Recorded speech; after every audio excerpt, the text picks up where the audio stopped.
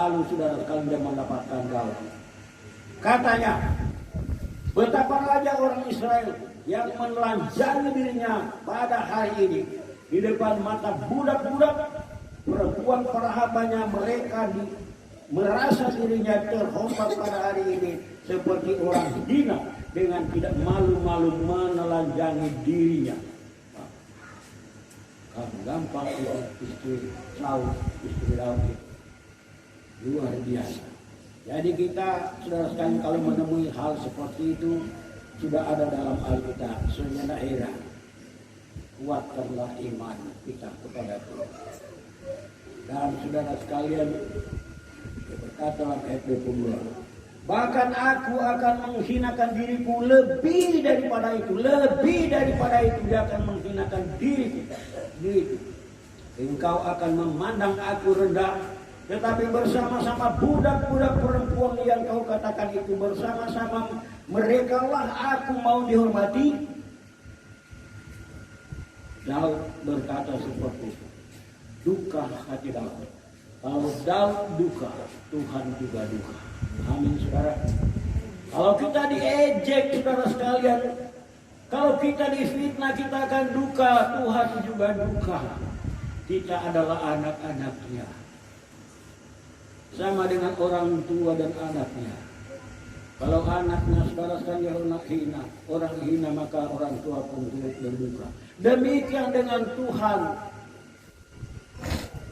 Kalau saudara sekalian dia dihina itu dan dia merasa sungguh luar biasa penghinaan itu, tinggal tidak tercatat di sini, mungkin dia menangis. Tapi dia raja, dia tidak hiraukan semua itu. Dan sudah tentu kalimat-kalimat itu duka dia. Dalam dukanya itu, saudara sekalian, Allah juga turut berduka. Dan apakah Daud yang membalas perbuatan istrinya? Adalah Tuhan yang membalas. Tuhan tidak kenal ini menape istri, menape laki, menape anak dan sebagainya. Kalau toh berbuat hal yang tidak baik, Tuhanlah yang akan membalas. Amin, saudara. Waktu Tuhan menghukum dunia, bapa dan anak tercerai, gembala dan sidang Jumat tercerai, sobat kenalan tercerai. Saudara, kalau yang satu mengikuti Tuhan, satu tidak, maka tercerai. Jadi saudara yang kekasih dalam Tuhan kita Yesus Kristus, dia tidak memihak bahwa ini keluargamu, ini anakmu. Tidak, saudara. Dia tidak memihak. Dia memihak kepada yang benar dan dia menghukum kepada yang tidak benar. Inilah Tuhan. Saudara sekalian, apa yang dia perbuat kepada istri Daud? Kita lihat 2 Samuel 6 ayat 32, ayat 23. 2 Samuel 6 ayat 23. Michal binti Saul tidak mendapat anak sampai hari matinya. Itulah hukuman Tuhan bagi dia. Dan toh kalau saya pelajari, cari terus tujuannya itu, bahwa sungguh dia gelisah sepanjang hidup. Tuhan beri duka, Tuhan beri dia duka selama hidup. Di mana dia pergi mendapatkan teman-teman dia. Kalau saya baca pelajaran itu terus, dia menangis terhadap teman-temannya karena dia tidak punya anak. Itulah saudara sekalian istri Daud. Jadi Daud tidak membalas itu perbuatan itu, perkataan itu. Tidak ada. Yang membalas itu adalah Tuhan. Itu sebabnya saudara sekalian, hati-hati saudara sekalian bagi kita. Kalau kita melihat ada istri kita atau ada suami kita di dalam urapan Tuhan, jangan berani mengejek atau menolak. Tuhan yang akan membalas semuanya itu. Saudara sekalian, jangan berani. Kalau ada anak-anak kita, istri kita, suami kita yang ada di dalam urapan Tuhan, jangan berani menolak atau mengejek. Tuhan akan tuntut ini. Ini sudah terjadi dan ini menjadi satu perhatian bagi kita yang hidup di dalam Tuhan. Itu sebabnya kita di dalam Tuhan, kita selalu dengar kebenaran firman Tuhan. Kita selalu berjaga supaya kita tidak gampang celaka, tidak gampang dibinasakan. Itu sebabnya saudara-saudara, kalau kita melihat sini-sini saudara sekali, bahwa istri Saul itu dia tidak mendapat anak sampai mati. Tidak ada saudara sekalian lagi belas kasihan Tuhan. Jadi demikian dengan kita. Ingat saudara sekalian perkataan ini. Jangan mengejek, jangan mengolok orang yang ada di dalam urapan Tuhan. Amin saudara.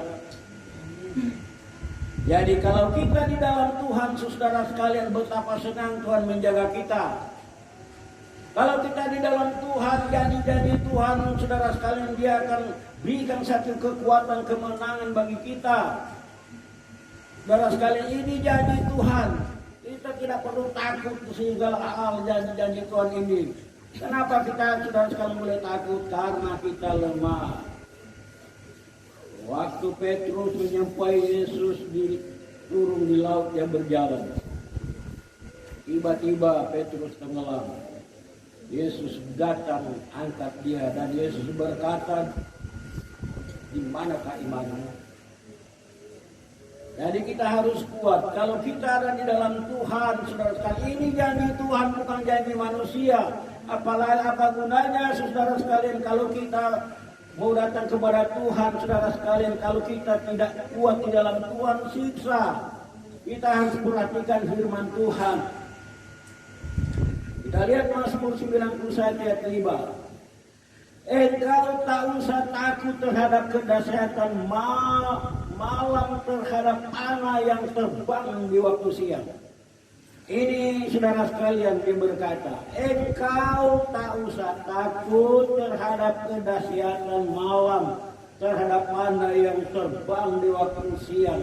Ini kuasa kegelapan yang mau membinasakan kita, yang mau membuat kita bahaya, saudara sekalian, dalam kehidupan kita. Saudara sekalian, yaitu saudara sekalian, dia berkata seperti itu terhadap kedahsyatan malam seperti panah. Ini iblis luar biasa. Di dunia ini iblis bekerja luar biasa untuk melumpuhkan kita, membuat kita sakit, membuat kita apa semua, membuat kita susah, membuat kita bimbang. Ini pekerjaan setan yang luar biasa. Tetapi di sini dia telah kuatkan kita. Jangan engkau takut.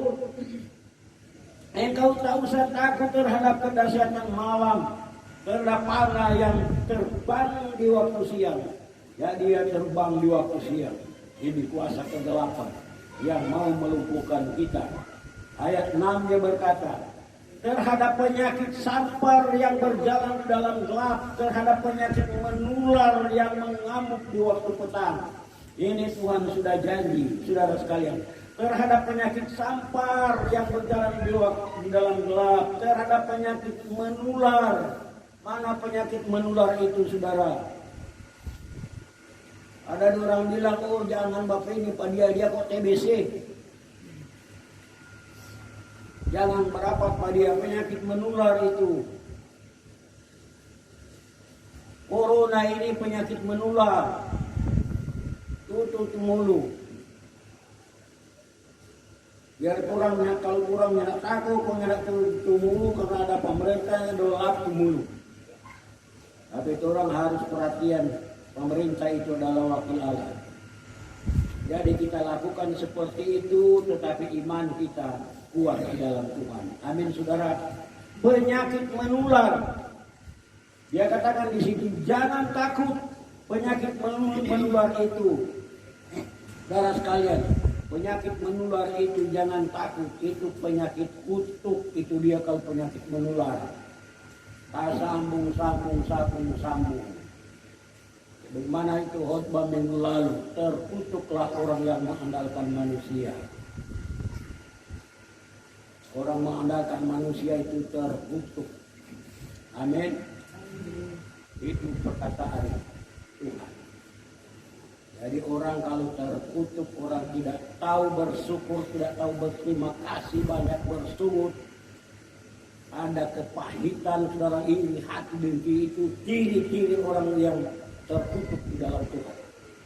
tidak ada ketenangan, gelisah selalu, dan tidak ada orang yang mau datang, mau bercakap-cakap. Saudara sekalian, itu orang terkutuk. Dia tidak nikmati itu sejahtera dari Tuhan. Itu. Saudara yang terkasih dalam Tuhan kita Yesus Kristus, itu sebabnya dia berkata terhadap penyakit tampar dan yang berjalan di dalam gelap, terhadap penyakit menular yang mengamuk di waktu petang. Mazmur 91 ayat 7. Walau 1000 orang rebah di sisimu dan 10.000 di sebelah kananmu, tetapi itu tidak akan menimpamu. Dia katakannya tidak menimpa pengana itu. 1000, 10.000, bayangkan tabah jalan untuk mayat dasar 1000, 10.000 di sini. Dia katakan darah sekali tidak menimpamu, nyandak membikin celaka pak kita. Ini janji-janji Tuhan, saudara. Jadi apa artinya kita ikut Tuhan kalau kita tidak pertahankan semua ini? Kita tidak merasa itu mujizat Tuhan di dalam kehidupan kita. Sebab dia berkata ayat yang ke-8. Engkau hanya menontonnya dengan matamu sendiri dan melihat pembalasan terhadap orang-orang fasik. Itu pembalasan Tuhan terhadap orang-orang fasik, orang-orang jahat, itu pembalasan Tuhan. Jadi orang cuma menonton, oh ini kata benar, ini itu pembalasan Tuhan. Mati dengan ribuan. Kita kan sudah biasa dengar orang satu kali mati 10.000 yang mati. Ini Alkitab punya perkataan. Kita tidak perlu takut, kita hanya nonton saja. Kita hanya nonton. Kita tidak perlu takut. Ini janji Tuhan. Kalau kita semua berada dalam hal itu, wow, senang sekali kita. Amin saudara.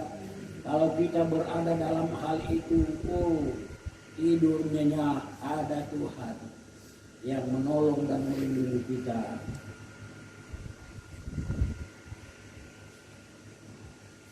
Sekali lagi saya baca, walau 1000 orang rebah di sisimu dan 10.000 di sebelah kananmu, tetapi itu tidak akan menimpamu. Mazmur 90 ayat 8. Engkau hanya menonton saja dengan matamu sendiri dan melihat pembalasan terhadap orang-orang fasik. Jadi orang cuma menonton, jangan takut. Boleh bertindak seperti itu. Tinggal Torah. Yang penting Tuhan sudah sampaikan. Jadi kenapa kita orang mesti takut? Tidak sungguh-sungguh kepada Tuhan. Kalau orang sungguh-sungguh pada Tuhan, dunia ini boleh bilang mustahil, tapi di dalam Tuhan satu perkara pun tidak ada yang mustahil. Apa yang bikin susah kita? Apa yang bikin bimbang kita? Ada raja di atas segala. Dia Bapa kita yang ciptakan dunia ini. Jadi apa yang bikin takut kita? Tidur saja senang-senang. Dan bukan cuma tidur senang-senang, harus bekerja dan berdoa.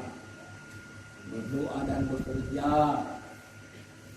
Jangan cuma meminta-minta pun mau berdoa. Tuhan kasih akan ikan kemari Tuhan. Coba minta lama-lama Tuhan pakai tangan. Karena cuma minta. Jadi seperti itu. Tuhan kasih kendui kemari. Tuhan tidak kasih. Tuhan tak minta. Tuhan kita. Tidak perlu kita saudara sekalian bimbang dengan kehidupan yang ada. Tuhan sudah janji. Dia menolong dan dia melindungi kita. Jadi saudara sekalian kita lihat Amsal 12 ayat 1. Orang benar tidak akan ditimpa oleh bencana apapun. Tetapi orang fasik akan senantiasa celaka. Jadi kalau orang di dalam Tuhan, saudara kalian dia berkata orang benar tidak akan ditimpa oleh bermacam apapun. Tetapi orang jahat akan senantiasa celaka. Jadi kalau kita dalam Tuhan seperti itu. Kalau kita saudara sekalian kadang-kala mengalami hal-hal yang membuat kita susah. Kenapa kita harus begini? Saudara sekalian kita harus cari apa penyebabnya. Saudara sekalian, Saya biasa alami itu.